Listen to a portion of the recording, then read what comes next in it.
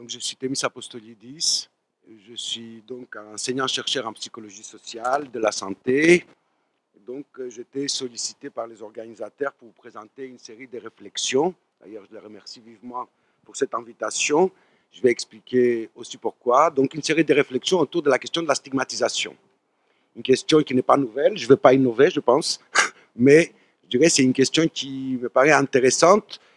Et c'est d'autant plus, je ne sais pas si vous étiez là en 2011, mais lorsque Christophe Lançon m'avait sollicité pour ce premier congrès, c'est à cette époque-là qu'ont été amorcées les réflexions que je poursuivis depuis donc 5 ans en termes de recherche, puisque je suis enseignant-chercheur, je ne suis pas professionnel, donc je ne travaille pas concrètement avec les gens, mais je suis un peu dans une position un peu d'extériorité par rapport à ces questions-là. Et donc, une série de recherches donc, que je réalise actuellement avec Dimitris Lambropoulos, qui présente avec moi cette communication, qui est doctorant en psychologie sociale et qui est donc boursier de la région PACA, un contrat doctoral de la région PACA, en collaboration avec l'équipe Mars et les centres de psychiatrie adulte de l'hôpital Sainte-Marguerite. Donc, c'est tout un travail de réflexion qui amorce en fait une analyse, de nouvelles pistes de réflexion autour de la stigmatisation, même si on a dit beaucoup de choses, il me semble important de revenir sur certains aspects. Je ne vais pas aller plus loin, mais je dirais, lorsqu'on parle de réhabilitation psychosociale, on voit très bien cette idée qui est là depuis quelques décennies maintenant. Il faut faire revenir dans un fonctionnement social optimal les personnes donc, qui souffrent d'exclusion sociale, etc., etc., etc.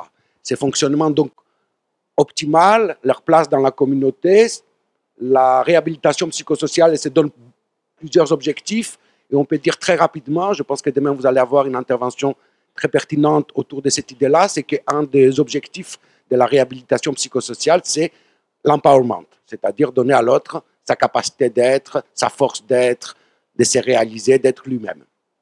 À côté de ces objectifs très généraux de réhabilitation psychosociale, il y a aussi un objectif supplémentaire qui vise donc à se tourner du côté de la société.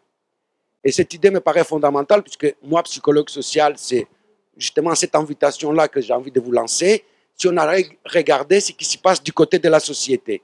Pourquoi du côté de la société? Puisque un des problèmes majeurs depuis maintenant 20 ans qu'on a des données épidémiologiques, des enquêtes répétitives, c'est quoi? C'est justement la discrimination des personnes vivant avec des troubles, des problèmes, des différences, peu importe, je mets tout ça en guillemets, de santé mentale, d'accord? Et donc, je dirais, dans cette optique-là, il est important de pouvoir, à partir de la discrimination, soulever un certain nombre de questions autour de la stigmatisation et de l'exclusion sociale. Dans cette optique, je vais rappeler un certain nombre de remarques presque banales au niveau de la stigmatisation. Lorsqu'on parle de stigmatisation, on parle d'un processus social complexe qui renvoie notamment à notre façon de construire des catégories, ce que je suis et ce que je ne suis pas, ce que vous êtes et ce que nous ne sommes pas, etc., etc. Et donc, ce processus donc, de catégorisation qui touche donc des éléments cognitifs, à partir de quoi on construit nos catégories, est important à considérer puisque c'est à partir de ces processus-là que va se construire un ordre de rapports sociaux, c'est-à-dire un système de relations sociales hiérarchisées, des rapports de pouvoir au sein d'une société qui visent donc à quoi? À mettre l'index, à exclure, à rendre discréditable et discrédité, comme le dit Goffman, les personnes donc stigmatisées. Cette question me paraît importante puisque déjà dans ses premiers écrits de Goffman, il y a maintenant plus de 50 ans, on a déjà cette idée-là que stigmatisation renvoie avec la question du pouvoir et de l'ordre social. Et cette question-là, il me semble qu'on a un peu oublié. Donc, pour résumer un peu, il n'est pas facile de parler de stigmatisation puisque la stigmatisation est un phénomène social polymorphe qui recouvre une pluralité de questions. Et il me semble important de pouvoir décliner ces questions puisqu'on parle de stigmatisation très très souvent sans forcément se rendre compte de la complexité et des enjeux que cela pose, tant sur le plan de la conceptualisation, mais aussi sur le plan de la pratique. Donc pour cela, je m'appuie sur un article proposé par Denise Jodelet, qui, je vous le conseille fortement, je peux l'envoyer pour les gens qui sont intéressés, où justement elle fait le bilan en 2010 dans un certain nombre de travaux, à la fois au niveau français et au niveau européen, autour de la stigmatisation, et elle pose cette idée-là, c'est qu'il est nécessaire de revenir conceptuellement pour savoir de quoi parle-t-on quand on parle de stigmatisation. Donc, bien évidemment, quand on parle de stigmatisation, on parle des dimensions cognitives et symboliques, c'est-à-dire comment on nomme les choses, comment on étiquette l'autre, autrui, schizophrène, celui-là dont je vais parler tout à l'heure, comment donc on catégorise ces personnes-là et nous, et quels sont les stéréotypes et les préjugés qui en découlent de ces systèmes de catégorisation et d'étiquetage et qui nous amènent donc à prendre plus ou moins de la distance, voire de la proximité avec les personnes concernées. Un autre aspect qui me paraît important et qui paraît important à Denise Jodelet par rapport à la stigmatisation, c'est la question de la disqualification sociale des personnes stigmatisées. Et il faut revenir très concrètement aux situations qui permettent de voir en fait comment cette disqualification sociale s'est traduite par quoi? Par un jeu de proximité, de distance sociale entre les personnes stigmatisées et les personnes dites normales. Ce qui nous amène, je dirais, qui doit nous amener à s'intéresser aux situations concrètes dans lesquelles se jouent les processus de stigmatisation, c'est-à-dire au cœur des relations interpersonnelles et sociales dans lesquelles les personnes vivent la stigmatisation ou dans lesquelles les personnes stigmatisent. Cette idée me paraît importante puisque ça montre aussi l'intérêt d'articuler la recherche avec les dispositifs de terrain, puisque souvent un regard extérieur permet d'apporter un certain nombre d'observations qui sont nécessaires pour comprendre justement cet aspect concret. Et enfin, je dirais cette distinction fondamentale qui régit toute la société, je dirais la distinction nous-eux, nous les dedans, eux les dehors, que ce soit au niveau des groupes qui composent la société, que ce soit au niveau de nations, des États entre eux, voire même des civilisations, des cultures, etc., etc., etc. Donc à partir de ces aspects-là, je dirais, mon rôle de psychologue social, c'est d'essayer justement de ne pas tomber dans le réductionnisme ni psychologique ni sociologique. Donc je vous invite à considérer en fait que nos rapports aux objets impliquent quoi? Impliquent les rapports que nous avons les uns avec les autres. Autrement dit, nous construisons notre rapport aux objets, la schizophrénie, les schizophrènes, la santé, la maladie, à travers et dans et par les relations que nous nouons les uns avec les autres. Autrement dit, derrière mon rapport au malade mental s'actualise un rapport à la société, à l'ordre social, au processus d'inscription et de participation sociale qui font de moi un être situé socialement. Donc cette idée-là, ça nous permet aussi de penser que le psychologique n'est pas seulement dans les individus, mais il est aussi entre les individus et ici au niveau de la société. Autrement dit, lorsqu'on parle de subjectivité, il ne faut pas s'arrêter au niveau de la subjectivité seulement, mais il faut aussi penser la subjectivité dans l'intersubjectivité et dans la transsubjectivité. Et c'est dans cette optique-là, je dirais que je vais essayer de présenter un certain nombre de travaux pour comprendre la transsubjectivité qui touche les questions par rapport à notre façon de penser, notre façon de juger les schizophrènes, la schizophrénie, etc., etc., etc. Je dirais, je ne vais pas revenir, mais je vous invite vraiment à relire les travaux de Denise Jodelet, puisqu'elle montre à travers des situations très concrètes, in vivo, et notamment une observation qu'elle a réalisée pendant 5 ans à l'intérieur d'une colonie, en guillemets, de placement familial, c'est-à-dire un premier dispositif visant à ouvrir la société aux personnes ayant des problèmes de santé mentale. Donc, les personnes vivaient avec les villageois de Nez-les-Châteaux, là où Denise Jodelet a réalisé son travail, et l'a montré à travers justement l'étude qu'elle a réalisée, comment là-bas, mais comme ailleurs, la folie fait toujours référence à une forme de répugnance sociale. Une répugnance sociale qui ne peut pas être expliquée seulement par la peur que je peux avoir d'attraper la folie, ou la peur du fou dangereux, je mets tout ça bien évidemment en guillemets, mais ça a à voir beaucoup avec une peur identitaire. C'est-à-dire, je mets de la distance entre moi et le malade mental pour que les autres qui me regardent, les autres qui m'entourent, ne me confondent pas avec lui. C'est-à-dire, c'est la peur d'être assimilé par les autres comme étant soi-même malade mental qui apparemment peut être un ressort important de la stigmatisation et de la discrimination. Cette idée est intéressante puisque ça nous ouvre une nouvelle perspective de mon point de vue penser en fait la stigmatisation, non pas comme un attribut psychologique, non pas comme un style de personnalité, mais comme un véritable phénomène psychosocial qui met en jeu sa propre identité. Cette question est d'autant plus importante que la stigmatisation, on la voit, elle touche encore et encore les personnes vivant avec des problèmes, des différences, des troubles, tout ça, de santé mentale, puisque vous savez, comme je le sais, que quand vous regardez les enquêtes européennes, une des premières raisons avancées pour expliquer les non-recours à la consultation, c'est la peur des attitudes négatives, discriminatoires des professionnels de santé, dans plusieurs pays européens. Donc, dans cette optique, je dirais, on a essayé de poser un regard psychosocial sur la stigmatisation des personnes vivant avec la schizophrénie comme étant une potentielle stratégie identitaire de protection de soi, de protection de son groupe, de protection de l'ordre social établi. Autrement dit, comme étant un processus qui légitime l'état des sociétés, les régimes et le fonctionnement de la société. C'est une hypothèse intéressante de mon point de vue, parce que ça nous amène, je dirais, à penser un peu de façon holistique et dynamique les phénomènes de stigmatisation pour les personnes vivant avec la schizophrénie, mais aussi plus globalement pour les personnes vivant avec, je dirais, des stigmates sociaux, l'exclusion sociale, etc., etc., etc.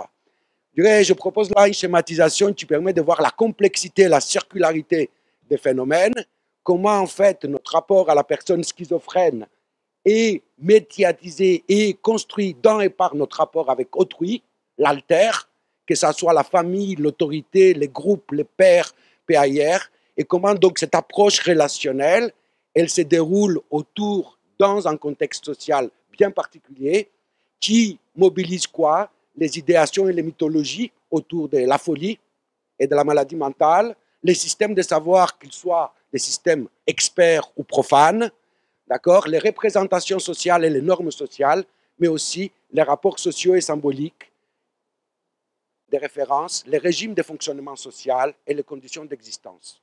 Je n'ai pas la prétention de poser tout ça, mais j'aimerais bien que vous gardez en tête cette idée de la circularité, de la complexité, puisque ce que je vais apporter aujourd'hui, c'est des petits détails pour éclairer justement la dynamique de ces processus. Dans notre cas, et si on applique tout ça dans notre cas d'aujourd'hui, on peut voir en fait que les représentations et les images associées à la schizophrénie sont les fruits en fait pas seulement des systèmes experts, mais aussi des systèmes de sens commun, et aussi cela s'est fait dans une société où la règle c'est la performance sociale, non pas seulement pour la personne malade, mais pour toute personne, être performant socialement. Et cette question renvoie notamment à une question au cœur de ce congrès, c'est-à-dire avoir une activité sociale. Il ne faut pas oublier que le début de la sociologie de la santé dans les années 50 nous a permis de penser cette idée-là. Être en bonne santé et être malade, ce sont deux états biologiques, mais en tant qu'états sociaux, renvoient à la distinction inactivité, activité sociale. Ce qui explique notamment l'exclusion et la responsabilisation des malades plus globalement, pas seulement dans le cas de la santé mentale. Donc, on est donc dans un système de performance sociale à travers une société qui, après tout, elle est hiérarchisée. Elle est hiérarchisée comment? Puisque nous vivons dans une société où, par exemple, les exclus sont responsables. Vous regardez les discours qui animent notre société pour voir en fait que les gens qui peuvent être vulnérables, exclus, déviants, mais c'est leur propre responsabilité. J'ai été élevé, on va dire, dans la recherche sur le sida et je peux donner plusieurs exemples autour de ces aspects-là depuis 25 ans que je travaille sur ces questions. Donc, on est aussi dans un régime de fonctionnement social, le régime libéralo-individualiste, qui accentue aussi l'idée de la responsabilité individuelle. Et ces questions-là me semblent importantes lorsqu'on va penser la réhabilitation psychosociale et les valeurs nécessaires qu'il faut promouvoir pour penser un peu différemment l'insertion sociale des personnes. Tout simplement, je donne ici quelques exemples qui touchent en fait les travaux que nous réalisons aujourd'hui, c'est-à-dire on travaille sur les trois dimensions. On travaille sur la dimension du sujet à autrui, c'est-à-dire comment on apprend à exclure, à mettre de côté, à disqualifier les malades mentaux, les schizophrènes, la pression à la conformité, le contrôle du groupe par rapport à ces questions-là, mais aussi comment, je dirais, cette conduite de discrimination peut être aussi une conduite qui cherche, comme je le disais tout à l'heure, à éviter sa propre stigmatisation, c'est-à-dire à éviter à être confondu par les autres comme étant soi-même schizophrène ou comme étant soi-même malade ou concerné. Donc, juste garder en tête cette circularité, je vais maintenant donner des exemples plus précis justement, qui sont liés à des travaux que nous avons réalisés à Marseille au cours de ces 2 dernières années. Ces travaux portent, dans un premier temps, je dirais, elles cherchent à étudier les images et les valeurs associées à la schizophrénie et à la personne schizophrène à travers la pensée sociale, c'est que nous pensons les uns et les autres, nos représentations, mais aussi à travers la communication sociale, et je vais y revenir. Mais aussi, on cherche à étudier les régulations socio-cognitives, c'est-à-dire ces processus idéologiques qui ne sont pas seulement cognitifs, mais qui sont éminemment sociaux, les préjugés, les stéréotypes, qui sont régulés sur le plan idéologique et qui nous permettent de comprendre pourquoi nos attitudes et nos jugements à l'égard d'autrui schizophrènes peuvent amener à de la stigmatisation, de la discrimination, etc. Donc, il y a 3 recherches que je vais présenter. Une recherche sur les représentations sociales de la schizophrénie et des schizophrènes. Une recherche sur la presse quotidienne en France. On a analysé, comme vous allez le voir, 6 quotidiens, 3 nationaux et 3 régionaux pour toute l'année 2005. C'est très intéressant de voir de quoi la presse parle lorsqu'on parle des schizophrènes ou des schizophrénies. Et en fait, une analyse un peu plus, comme on sait nous faire en psychologie sociale, expérimentale, avec un dispositif contrôlé, où on cherche, en présentant un acteur fictif qui souffre de schizophrénie, de comprendre comment les gens élaborent les attitudes à son égard, et notamment en fonction de quoi? En fonction d'un construit psychologique qui me paraît intéressant, qui s'appelle l'orientation à la dominance sociale, qui est un construit qui mesure quoi? L'intériorisation par les individus de quoi? De hiérarchies sociales existantes, des inégalités sociales entre groupes. C'est un construit qui permet de mesurer en fait que les gens adhèrent à cette idée-là. Il y a des groupes supérieurs et des groupes inférieurs. Et donc, du coup, cet état-là des sociétés est un état tout à fait légitime. Donc, juste pour travailler un peu sur tous ces processus idéologiques, et on peut y revenir à la discussion si vous le souhaitez. Donc, la première recherche, c'est une recherche qui a été réalisée à Marseille. Très simplement, on a demandé aux gens de nous donner 5 mots ou expressions, soit à partir du mot schizophrénie, soit à partir du mot schizophrène. Et comme on avait comme objectif d'essayer de contourner la désirabilité sociale, on a demandé aux personnes interrogées de répondre à leur propre nom et de répondre également comme le ferait la majorité des Français. Dans cette deuxième condition, on espérait pouvoir sortir des éléments négatifs que les gens, par attitude politiquement correcte, n'auraient pas sorti dans le cadre de la consigne normale. Je dirais, vous voyez ici le corpus schizophrénie. Je ne vais pas trop le commenter, puisqu'en fait, il n'y a rien à commenter. C'est, je dirais, que ça soit au niveau de la consigne normale, à mon propre nom, ou au niveau de la consigne de substitution, les termes sont quasi identiques et dans leur immense majorité négatifs.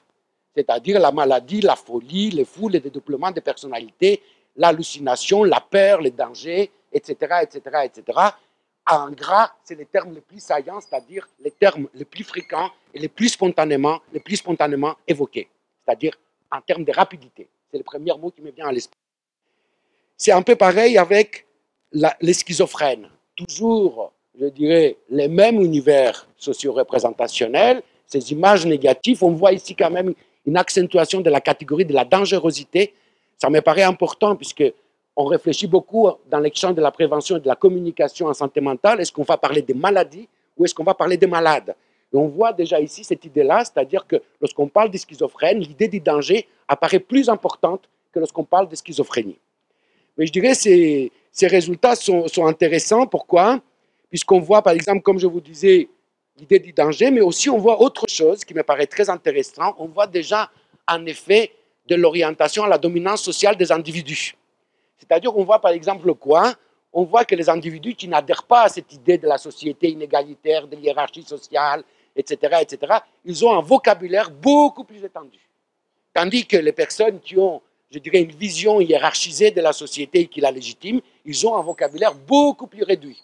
Ce qui laisse penser, par exemple, à la vision stéréotypique que pourraient avoir ces individus porteurs donc de quoi? De la légitimité de l'ordre social établi, etc. Ce qui est intéressant aussi, c'est que ces individus donc, qui adhèrent à cette idée de hiérarchie sociale, ils pensent la schizophrénie et les schizophrènes moins en termes de troubles. Ça me paraît intéressant, mais plutôt en termes d'handicap. Quand on parle de troubles, quand on parle d'handicap, on ne parle pas de la même question en termes de nature. L'handicap peut être pensé comme une nature. Et cette question-là me paraît importante, on va y revenir tout à l'heure. Donc, on voit quoi donc? Très globalement, hein, je passe vite, on voit un univers négatif pour les deux corpus. Vous voyez, sur plus de 700 mots, il y a uniquement 5 fois un mot positif. Je veux dire que ça parle, voilà, population tout venante, hein, recrutée dans les premiers, les deuxièmes, les sixièmes, le huitième et le 15e arrondissement de Marseille. Âge moyen 38 ans, ce n'est pas des petits étudiants, on va dire. D'accord? La notion de danger est plus associée à la schizophrénie. Je suis désolé pour l'erreur, pour la faute. Ce qui me paraît aussi intéressant en tant que psychologue social, c'est quoi? Pas de différence entre les deux contextes d'évocation. Quand je parle à mon nom et quand je parle au nom des Français en général. Ce qui veut dire que pour nous, on peut constater qu'il n'y a pas de protection normative du groupe des schizophrènes. Par exemple, je peux vous donner un exemple que vous comprenez de quoi je parle. Quand on demande à des sujets de parler des gitans, ils disent musique, caravane, machin, bidule. Quand on leur demande par contre de parler des gitans au nom des Français en général, là, ils disent voleurs, etc., etc. Voilà ce qu'on appelle une protection normative. Ici, apparemment, il n'y a pas de protection normative. Et ça me paraît important parce que ça montre à quel point, je dirais, ce groupe est disqualifié socialement. Il faut aussi, je dirais, approfondir, et on va aller voir, l'opposition à la dominance sociale. Ça va bien? Merci. Lui aussi.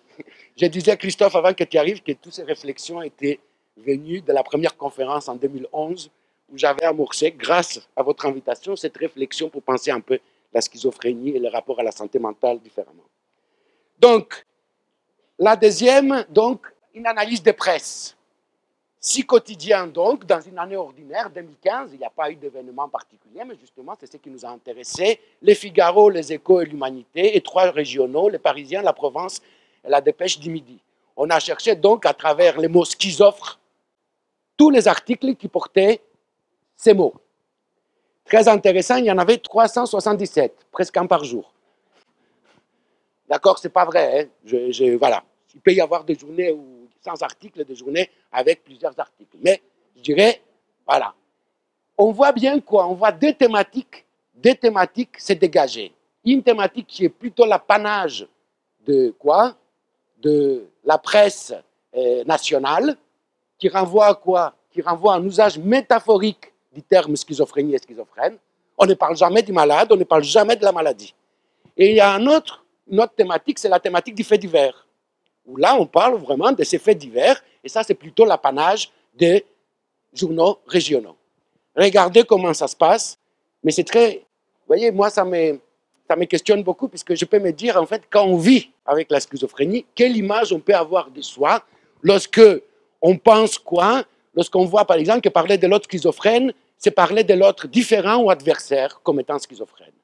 Que ce soit le Figaro ou l'Humanité, c'est très intéressant parce qu'en dehors des positions idéologiques, on voit que l'usage du terme est de la même façon. Par exemple, pour le Figaro, ce qui est schizophrène, c'est la politique d'Alexis Tsipras. Pour l'Humanité, ce qui est schizophrène, c'est la politique d'Angela Merkel. Vous voyez bien la symétrie, mais vous voyez bien les mêmes processus, voilà, et les mots pour les dire ne sont pas anodins. Vous voyez, on voit ici que comme pour d'autres mots, d'autres insultes, hein, pute, pédé, etc., le mot schizophrène est devenu un paragon. On parle et on l'utilise pour parler d'autres choses. C'est ce qui nous renseigne indirectement sur la valeur sociale du mot. Et ça me paraît fondamental, puisque peut-être c'est par là qu'il faut commencer aussi à penser la déstigmatisation, par l'usage que nous faisons dans le quotidien des mots qui sont si anodins, cette banalité du quotidien, mais qui est d'une violence terrible. Je parlais à mes étudiants justement d'un processus analogue. On est en train de comparer aujourd'hui l'état islamique de quoi? D'un cancer et de ses métastases. C'est sympa quand on a un cancer, on vit avec un cancer. Vous voyez ces images sociales violentes qui nous interrogent et qui nous questionnent. Et ce n'est pas inintéressant sur le plan de la prise en charge psychologique. Je vais venir à la fin par rapport à cette question-là. Donc, vous voyez bien là, ici, hein, que ce soit les Parisiens ou la Provence, la culture du fait divers, et souvent avec une focalisation, les titres. C'est les titres ici, c'est des titres d'articles où on voit bien la violence, les assassinats, etc., etc. Donc, vous voyez cette correspondance hein, entre ce que nous avons dans la tête et ce qui circule dans la société par la communication sociale. Et ça me paraît important de les souligner, de les montrer. On n'est pas les premiers, hein, mais il faut quand même un peu revenir sur ces aspects-là pour pouvoir penser qu'il y a encore toujours, malgré la loi, malgré les objectifs de santé publique, il y a toujours cet état de fait dans la société. Enfin, je vais présenter rapidement une recherche psychosociale. Là, vous voyez, nous, les psychologues sociaux, nous sommes un peu pervers. Vous pensez lire les mêmes protocoles, mais en fait, chacun répond à un protocole différent. Et vous voyez, là, ici, on a construit un personnage fictif. Il s'appelle Jean ou Youssef. Vous avez compris pourquoi, hein? Parce qu'on voulait savoir si Jean, qui présente des symptômes de schizophrénie, il est perçu comme Youssef, qui présente exactement les mêmes symptômes. Donc, je vous laisse lire les scénarios. C'est très intéressant pour faire de la formation. On a construit ça en prenant les critères du DSM-4 et en décrivant la personne comme ayant tous ces symptômes. À la fin, une autre variable, après tout ce qui lui arrive à Jean ou à Youssef, est-ce qu'il recherche activement un emploi ou ne recherche pas activement un emploi? C'est quand même, je dirais, un clin d'œil à l'idée du working first et à cette idée-là, un logement, un travail, etc. Parce que ça renvoie à une norme sociale. En psychologie sociale, on montre que les gens qui cherchent un emploi, ils sont mieux vus que les gens qui ne cherchent pas un emploi, qu'ils soient schizophrènes ou autres. Donc on est face à une norme sociale beaucoup plus, voilà. Donc les gens lisent ces scénarios et ensuite ils répondent à une série de questions. Parmi ces questions, en fait, c'est comment explique-t-on l'état des gens ou Youssef? D'accord? Vous voyez bien qu'il y a un certain nombre d'explications prédominantes. Il s'agit d'une maladie mentale, il s'agit d'un traumatisme, il s'agit peut-être d'une maladie du cerveau, ou peut-être c'est l'environnement social qui est en jeu. Il y a moins d'explications, moins d'adhésion à l'explication de type génétique. C'est une maladie de ces gènes. Mais on va y revenir parce que derrière cette explication génétique, il y a certaines choses sur le plan socio-symbolique qui sont très intéressantes. On voit donc que l'adhésion à ces explications varie en fonction de quoi? Varie en fonction de qui est l'autre. Est-ce qu'il est Jean ou Youssef? En fonction de son statut social, et ça me paraît très intéressant parce que lorsqu'il ne recherche pas du travail, on pense davantage à l'idée de la maladie mentale, au sexe des sujets. Par exemple, les hommes sont davantage, je dirais, à certaines explications de type externe, c'est la malchance, c'est la volonté de Dieu, et les femmes davantage dans une explication de type maladie, traumatisme. Mais ce n'est pas encore là où ça devient intéressant, c'est plutôt en fonction de l'orientation à la dominance sociale des sujets. On voit bien en fait qu'il y a un certain nombre d'explications qui sont privilégiées, notamment l'explication génétique, c'est-à-dire c'est une maladie des gènes, mais aussi l'explication culturelle. C'est très intéressant de voir cet aspect-là. Et je dirais, il y a aussi un certain nombre d'autres facteurs, d'autres variables. Je ne peux pas toutes les commenter ici, mais aussi, je dirais, la familiarité que nous avons avec la personne schizophrène. Est-ce qu'on connaît soi-même une personne schizophrène ou pas? Ça nous amène à penser un peu différemment. Ce qui me paraît intéressant, c'est justement la deuxième série de questions qu'on a posées, c'est-à-dire comment on va juger l'acteur. Est-ce que c'est quelqu'un qui souffre? Vous regardez bien, hein? J'ai oublié de dire que c'est des petits étudiants de surcroît en psychologie ou en sociologie, donc des gens très ouverts a priori, hein? D'accord? A priori, avec un bagage culturel qui est censé, voilà. Donc, il souffre. Est-ce qu'il a besoin d'un médecin? Est-ce qu'il souffre de schizophrénie? Est-ce qu'il simule? Est-ce qu'il constitue une menace pour la société? Et là, vous voyez, c'est ces aspects-là qui me paraissent intéressants, puisqu'on voit bien, et je vais m'arrêter là, au niveau de l'orientation à la dominance sociale, comment par exemple l'idée que Jean simule ou que Jean est une menace à la société sont beaucoup plus importants pour les personnes qui adhèrent à ces systèmes d'hiérarchie sociale. Cette question est intéressante puisqu'elle rejoint aussi une autre question, c'est-à-dire que plus les gens déclarent une religion, on ne prend pas en compte laquelle. Plus ils déclarent une religion, plus ils pensent qu'ils simulent. Et aussi, je dirais, cette idée que les gens qui sont familiers reconnaissent, qui ont quelqu'un dans leur entourage, reconnaissent, je dirais, ou disent que la personne souffre plutôt de schizophrénie. On a également posé un certain nombre de questions, et si je les présente ici, c'est pour vous montrer qu'il y a des indicateurs multidimensionnels pour mesurer justement ces aspects-là. Autour de la distance sociale, il y a une échelle de distance sociale qui va de 0 à 3. On a globalement dans notre échantillon une moyenne de 1,8, ce qui veut dire que les gens sont plutôt vers une très grande distance sociale, d'accord? C'est important de le dire. Vous regardez bien les questions qui sont posées, laissez quelqu'un comme Jean garder vos enfants pendant quelques heures à travailler dans le même travail que quelqu'un comme Jean. Bien évidemment, la distance sociale est moins importante en situation d'interaction professionnelle ou de voisinage, mais tout de même, 1,33 sur 3, quand la première note était 0, c'est supérieur à la moyenne, je dirais, ce qui vous montre une grande distance sociale. C'est un peu pareil avec la discrimination. Là aussi, on a utilisé un indicateur de discrimination sociopolitique. Par exemple, est-ce que des gens comme Jean devraient se faire soigner même sans leur consentement? Est-ce qu'ils ne devaient pas avoir d'enfants? Devraient être enfermés dans un centre spécialisé? Ne devraient pas travailler? Devraient être empêchés de voter? On voit bien que les gens ne sont pas d'accord, hein, forcément, mais on voit quoi? On voit, je dirais, s'exprimer des logiques de discrimination en fonction des caractéristiques de type social de l'acteur et pas de sa schizophrénie. Par exemple, quand l'acteur est présenté comme quelqu'un qui ne recherche pas d'emploi, là, je dirais, on pense qu'il faut le discriminer. On a un troisième indicateur, parce qu'on n'a pas que des indicateurs négatifs, hein, on a des indicateurs aussi positifs, l'assistance sociale par rapport à l'acteur, et notamment une échelle d'attitude d'assistance. Est-ce que ces personnes devaient avoir une assistance dans la recherche d'un emploi, recevoir une aide spécialisée, être prioritaire dans la recherche d'un logement, bénéficier d'une pension d'invalidité totale, etc., etc. Vous voyez les variations. Tout de même, il y a une tendance à vouloir aider l'acteur. Bien évidemment, elle ne se distribue pas de la même façon en fonction des items. Il y a des items où on est plus dans l'aide, l'assistance, voire pas du tout dans l'aide, l'invalidité, la pension d'invalidité. Ce qu'on voit ici, et ça me paraît important parce que vous voyez, depuis le début, j'essaie de vous montrer comment, de façon répétitive, on observe l'adhésion, les rôles que peut avoir l'adhésion à la hiérarchie sociale, c'est-à-dire la légitimation du système d'inégalité qui gouverne la société, comment, par exemple, les gens qui ont un score élevé dans ce construit, ils sont moins pour aider la personne schizophrène. Ça me paraît important parce que ça montre aussi comment, je dirais, nos rapports aux personnes schizophrènes sont très globalement liés à des options idéologiques plus globales que nous avons. Juste pour comprendre ça, on a essayé de faire un modèle d'équation structurale. C'est compliqué, complexe, c'est des chiffres, mais ne vous inquiétez pas, je vais essayer de vous montrer simplement qu'il y a deux schémas qui conduisent à la discrimination et à la distance sociale. Le premier schéma, c'est quoi? C'est ne pas avoir de religion et avoir un niveau élevé d'orientation à la dominance sociale. Ça vous amène à avoir une vision externe de la maladie. C'est la malchance, c'est Dieu, c'est les gènes de la personne. Et cette vision externe de la maladie, du contrôle externe de la maladie, amène à une vision beaucoup plus menaçante pour la société. La personne est une menace pour la société. Et c'est cette considération de la personne comme menace pour la société qui va amener la discrimination et la distance sociale. Ça, c'est plutôt l'apanage des hommes. Et de l'autre côté, il y a une voix qui est davantage féminine, qui renvoie toujours à une idée de l'adhésion à la religion.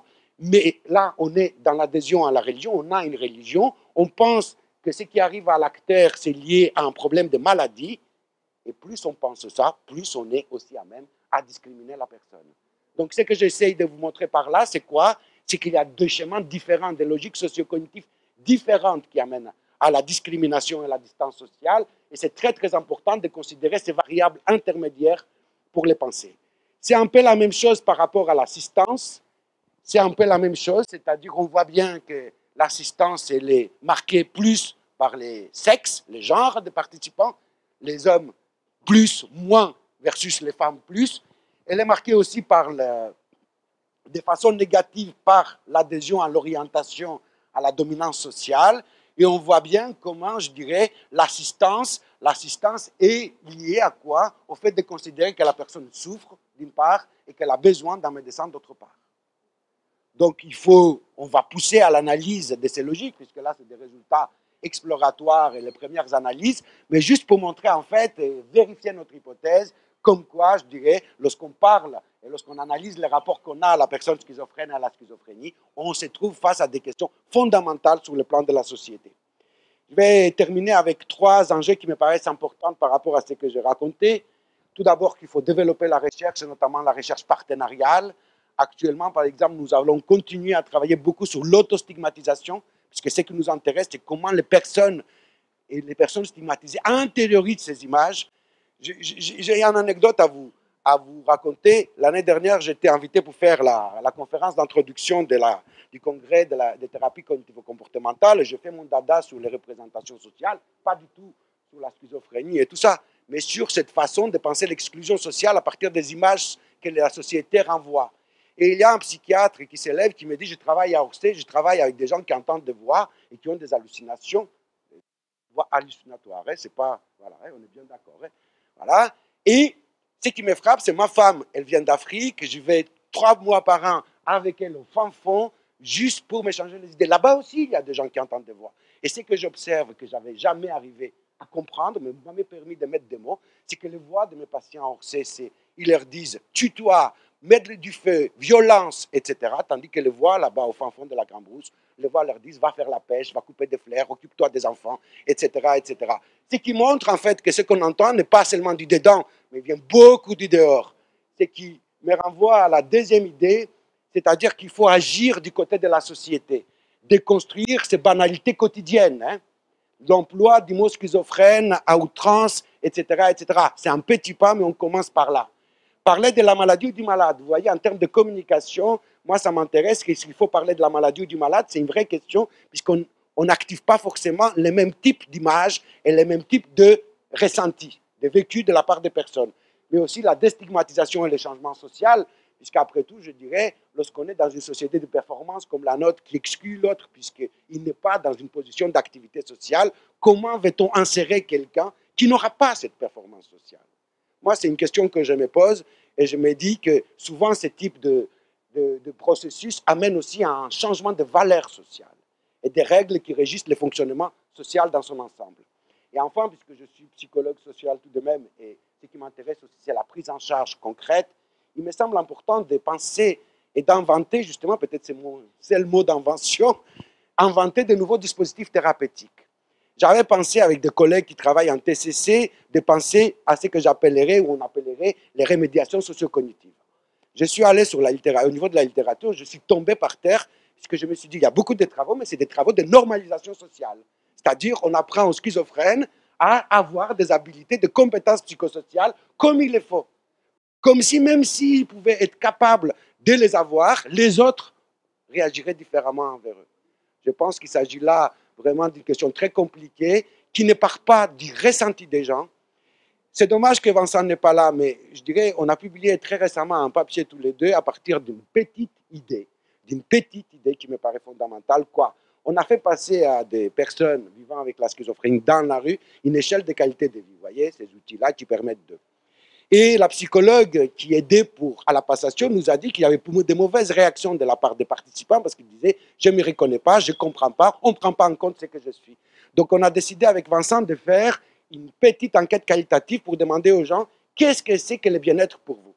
Et on a fait le papier là-dessus. Pourquoi? Parce que le papier montre que les gens nous ont répondu de façon quasi majoritaire une seule question, une seule idée. Avoir une vie normale, comme tous les autres. Un travail, une famille, une voiture. Aucun professionnel, aucun chercheur n'a jamais pensé à poser cette question dans un instrument de qualité de vie. Voilà ce que j'appelle le décalage par rapport aux catégories des personnes concernées. Il faut vraiment aller de l'avant et justement penser à des prises en charge psychologiques, des remédiations socio-cognitives qui visent ces conditions disqualifiantes, ces images que la société renvoie. Et je pense qu'avec un dispositif soit individuel ou de groupe, centré autour d'une approche plus humaniste, je pense qu'on pourrait aider les personnes à se débarrasser justement de ces images que les autres les renvoient. Voilà, je vous remercie pour votre attention. Je sais pas, moi personnellement, enfin, ça m'a pas trop aidé. J'ai fait les directives anticipées. Et là, quand je vois qu'on est dans une France soi-disant cosmopolitaine et que le FN n'a jamais été aussi haut, je me dis comment on va faire de nous. Enfin, moi, je suis que bipolaire, je suis stigmatisé, j'arrive pas à faire ce que je veux. Ça fait 3 ans que j'essaie. Comment un schizophrène, il va pouvoir s'en sortir? Je veux dire, il faut remanier la France, mais je serai morte, quoi. Et j'ai que 36 ans. Je veux dire, le temps qu'on y arrive, regarde, je veux dire, tu as déjà vu des noirs chirurgiens ou... Je veux dire, alors un schizophrène qui va y arriver, ou moi-même bipolaire qui reprend les études, je suis lynché, j'arrive à être adapté nulle part, parce que j'ai une grande gueule, alors imagine un schizophrène. Enfin, je veux dire, c'est une utopie, je suis d'accord avec vous, monsieur, il faut, mais pour moi, c'est utopique, quoi. On n'arrive même pas à intégrer, je vous dis, des gens d'une autre religion, d'une autre couleur. Ils font des travaux, je veux dire, moi, j'aimerais me faire opérer par un noir ou par un... voilà quoi.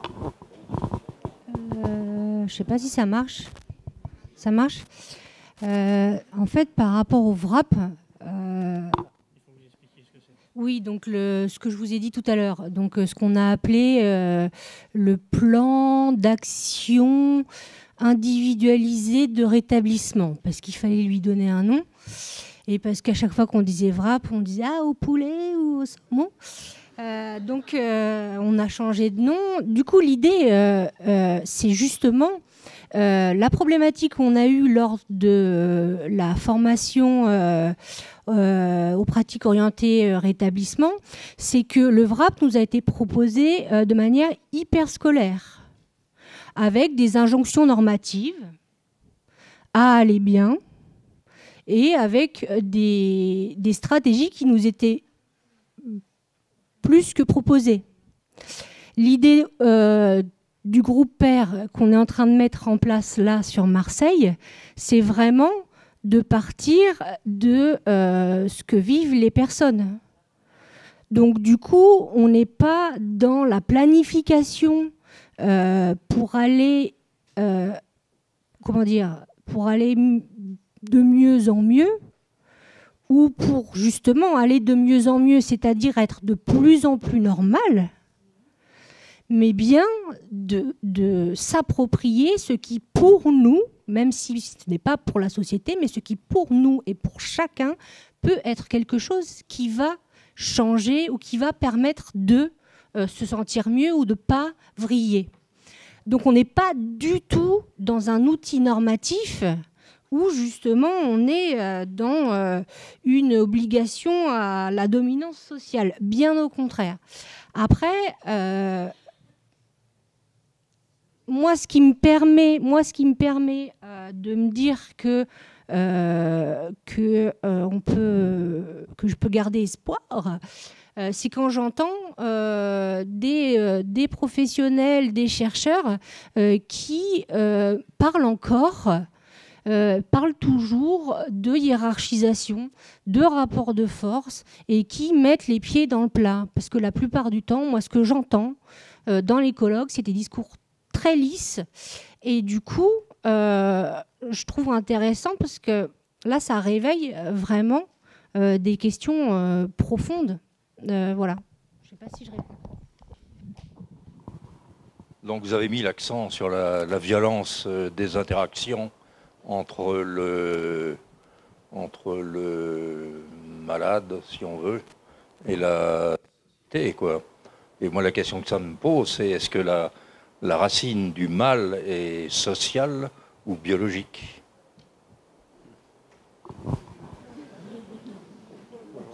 Je ne sais pas si je pourrais répondre à cette question comme ça. Tout simplement, moi, ce que je sais, c'est que je travaille sur la racine du mal social, je travaille sur la maladie sociale. Et je dirais, ce que je vois, et c'est lorsque j'ai commencé à réfléchir il y a 5 ans autour de cette question, lorsqu'on prend un peu de la distance, que ce soit les malades du VIH, les malades du cancer, les tuberculeux hier, les homosexuels, les toxicomanes et les schizophrènes, les autres catégories aujourd'hui qui sont dans l'espace social montré, je dirais, il y a des processus analogues. Peut-être la maladie biologique n'est pas la même, mais je pense que les sciences sociales montrent qu'il y a des dénominateurs communs, la maladie sociale, et c'est très important de pouvoir faire des va-et-vient, puisqu'on sort aussi de la pathologie au sens biologique du terme. Non pas que ce n'est pas important, c'est très important, mais ce n'est pas la seule dimension. Et c'est ça qu'il faut comprendre. Parce que, vous voyez, quand j'allais au tout début dans le champ du cancer parler du sida, on me disait « Ah non, arrêtez, ce n'est pas la même chose. » Mais si, c'est la même chose. Quand vous parlez à des gens et quand vous avez vu le plan cancer, il y a 2 ans, parler comme premier objectif, réintégrer socialement les gens, c'est parce que les gens malades perdent leur place sociale, professionnelle et tout ça. Et c'est un peu ça aussi ici.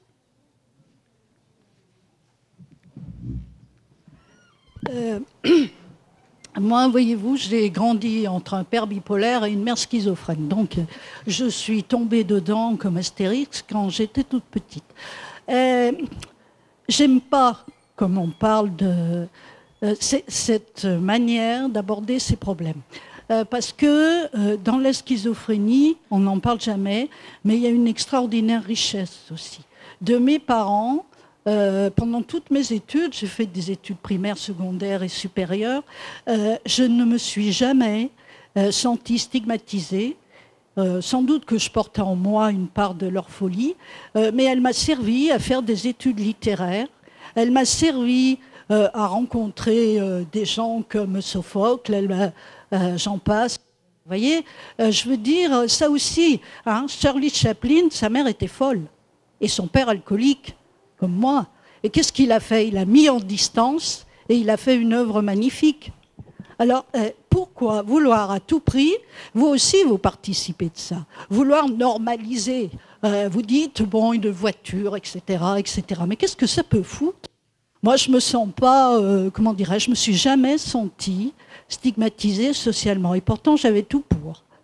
Je veux dire, de ça, j'ai fait une richesse. Et de ça, je suis fière. Et de ça, je suis reconnaissante. Bien que ça n'ait pas été facile, je veux dire, la société, mes collègues, les psychiatres ne m'impressionnent pas. L'un des grands drames, je trouve, actuels de la psychiatrie, c'est que les psychiatres, comme d'ailleurs une bonne partie de l'infrastructure sociale, sont issus de couches sociales. Ce sont des bourgeois ou des petits bourgeois bien propres. Excusez-moi, je ne suis pas dans les normes, mais voilà, qui ont appris intellectuellement à parler de ces choses-là. Ils en parlent fort bien, d'ailleurs.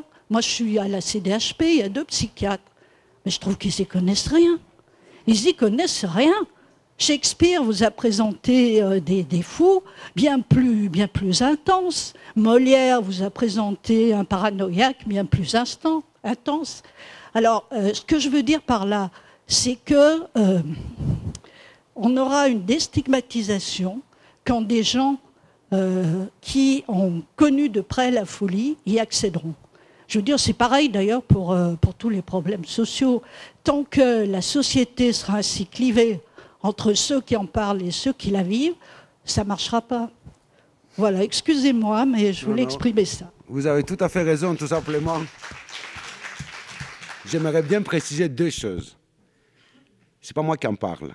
Et si j'en parle, c'est parce que des gens m'ont demandé d'en parler. 1 an après l'invitation de Christophe, j'étais invité à l'association des schizophrènes de Provence pour faire justement un truc autour de ça. Et à la fin, tout le monde m'a dit, mais pourquoi, monsieur, vous pensez que les gens parlent comme ça de nous? Vous savez qu'est-ce que c'est chaque fois que quelqu'un parle comme ça de moi? Mon fils et ma femme, qui ne sont pas du tout concernés, mais qui savent que je suis concerné, comment ils se sentent. Et je pense, si vous voulez, que vu ce qui est massivement dit, je pense que c'est aussi pour moi un devoir éthique de sortir de cette hypocrisie sociale que vous avez dit. Il y a un discours très lisse, mais je dirais que les pratiques parlent d'elles-mêmes. Quand dans la presse, on parle du mot schizophrène comme ça, ou du mot cancéreux comme ça parle de ça. Et c'est ça qui fait participer à la stigmatisation. Et je suis tout à fait d'accord avec vous que ça ne s'impose pas à nous. Mais pensez aussi qu'il y a beaucoup de gens, peut-être beaucoup plus que vous ne le pensez, ça s'impose malgré eux. Peut-être pas à vous, mais à beaucoup de ces gens-là, ça s'impose malgré eux. Et c'est ça la souffrance. C'est pour ça que je pense qu'il faut parler de ça. Parce qu'on est dans une époque où les lois sont là pour nous dire « Ah mais non, il n'y a pas ». Mais si... Parlez avec les malades, par exemple, avec les malades du cancer, c'est toujours la même histoire qui revient. C'est pour ça que moi, voilà. Mais ce n'est pas moi qui parle, j'essaye de faire parler les gens pour montrer cet arbitraire. Mais je suis tout à fait d'accord avec vous. Hein. Mais justement, j'avais envie de dire une chose, parce que vous avez dit des choses, Molière, etc., etc. Moi, je dirais, je ne suis pas très, très âgé, mais je me rappelle, moi, quand j'avais 20 ans, la folie avait des images très positives. On parlait de Pierrot, les fous. Est-ce que vous vous êtes posé la question pourquoi, depuis 10-15 ans, ces mots positifs ont disparu de l'espace public? Ça aussi. Parce qu'on ne va pas se référer à Molière, ou etc., parce que les gens, malheureusement, ne lisent plus tout ça. Ils attendent, par contre, la télé, ils attendent tout ça, et c'est là leur source. Et là, on n'a plus d'image positive de tout ça. Moi, Et oui.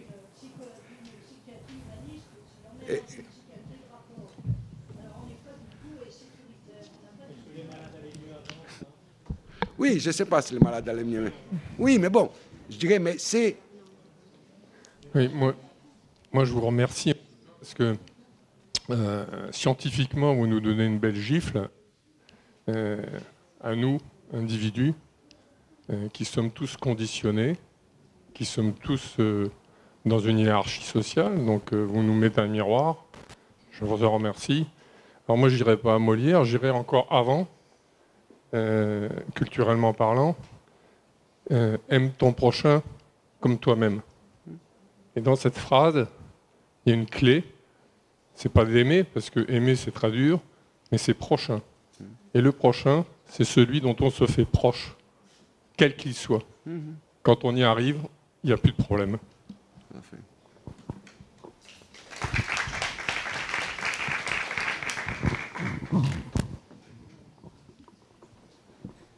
Oui, c'est bon. Merci pour votre exposé. J'ai trouvé quand même, pour aller un petit peu à contre-courant de la vie générale, un petit peu, que vous avez quand même un petit peu forcé le trait sur et montré de façon un petit peu trop négative les processus de normalisation sociale, qui sont, à mon avis, aussi nécessaires dans la construction de la personnalité et des identités. Vous les avez peut-être un peu trop noircis, quoi. Vous avez montré surtout un côté de la réalité, et qu'effectivement, pour le patient, pour la personne malade, pour le malade, cette volonté et ce désir de normalisation est aussi quelque chose qui peut être extrêmement positif aussi, hein, ressembler aux autres. C'est pas uniquement une dimension négative. Hein. Ah non, mais vous m'avez Ou alors je me suis mal, je vous ai mal compris. Au contraire, je pensais qu'on peut être à la marge, désocialisé, avoir des aspirations de normalité comme vous et moi, comme n'importe qui. Oui. C'est tout ce que j'ai dit. C'était pas négatif, ça. Au contraire. Mais vous faites raison, vous avez raison, parce que c'est important, ça. Je ne veux pas me faire mal comprendre. Pour nous, c'était très important que les gens avaient. Et c'est justement, si j'analyse tout ça en fonction de l'ordre et de la performance sociale, c'est que malheureusement, ces aspirations-là, dans la société dans laquelle nous vivons, ne peuvent pas être réalisées. Et c'est bien là la question.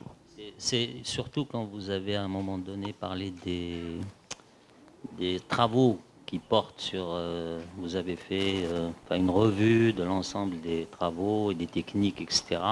Et vous avez constaté avec dépit que ça portait essentiellement sur la normalisation, que les questions n'abordaient pas des aspects qui vous tiennent, vous, à cœur. Voilà. Vous avez tout à fait raison, mais je dirais, si je parle là, c'est parce que je pense que je parle à contre-courant aussi, à un système qui pense qu'un certain nombre, je dirais, de systèmes de rémédiation peuvent aider l'autre à. Je me rappellerai toujours quand je suis allé, ça n'a rien à voir avec la santé mentale, mais ça a à voir avec d'autres problématiques, comme la problématique, par exemple, des personnes vivant avec un autisme, où j'ai assisté à une conférence présentant un système de mise en place d'une TCC qui avait fonctionné, puisque la personne allait travailler, etc., etc. On voyait la personne, jusqu'au moment où la maman de la personne prend la parole et elle dit « Je vous remercie parce que mon fils travaille ». Mais depuis qu'il travaille, il n'a jamais été aussi malheureux. Pourquoi? Parce qu'il va au travail, il voit que les autres ne lui parlent pas.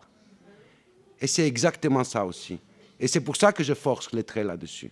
Parce que j'estime qu'on ne doit pas s'arrêter à ça. C'est tout. Mais vous avez tout à fait raison, voilà. Ça me permet de préciser mon propos. Merci, mais vous avez tout à fait raison. Donc, je voulais y revenir sur les trois points que vous abordiez à la fin sur le fait de développer la recherche. J'ai fait une toute petite recherche l'année dernière sur les pairs chercheurs et sur la place des usagers ou des personnes directement concernées dans les dispositifs de recherche. Et en fait, il y a vraiment des enjeux éthiques, épistémologiques, ontologiques à penser des dispositifs de recherche vraiment différents. Voilà, c'était pour souligner ça. Ensuite, agir au niveau de la société, je crois qu'il y a de plus en plus d'associations, de groupes, enfin en tout cas c'est ce que je ressens, qui ont envie de prendre le pouvoir, quoi. Voilà, au-delà de l'empowerment, et qu'ils le font dans la société civile. Donc je pense que ça c'est aussi intéressant à observer. Et enfin, vous parliez d'inventer des nouveaux dispositifs thérapeutiques. Je pense qu'il faut inventer des nouveaux dispositifs, pas spécialement thérapeutiques, mais justement où on pense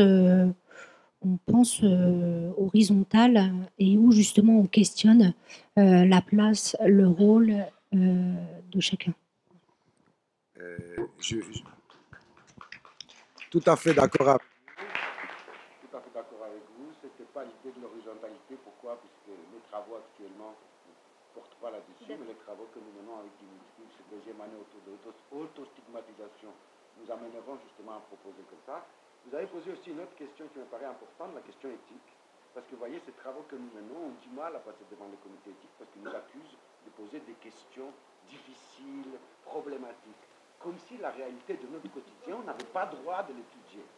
Et ça me paraît important parce qu'on se bat contre ça, parce qu'effectivement, à la fin, on fait un débriefing avec nos sujets sur les questionnaires. Mais il est important quand même de penser et de poser les questions très concrètement, les questions qu'on entend à l'extérieur, parce que c'est ces questions-là qui arrivent chez les gens aussi. Et donc, sur le plan éthique, il faut être très, très... Voilà, puisque par exemple, si les questions éthiques étaient si importantes que ça, la psychologie sociale n'aurait jamais pu montrer ce qu'elle a montré par rapport à la barbarie humaine. Et je vous renvoie aux expériences d'obéissance à l'autorité, que vous savez tous, et que vous vous rappelez peut-être à travers le film I comme Icare, qui nous a montré que n'importe qui d'entre nous, ou la plupart en tout cas, ou la très grande majorité d'entre nous, mis en situation face à une autorité, est capable de torturer autrui. Et donc c'est important aussi de montrer ça, parce que la violence aussi passe par ça.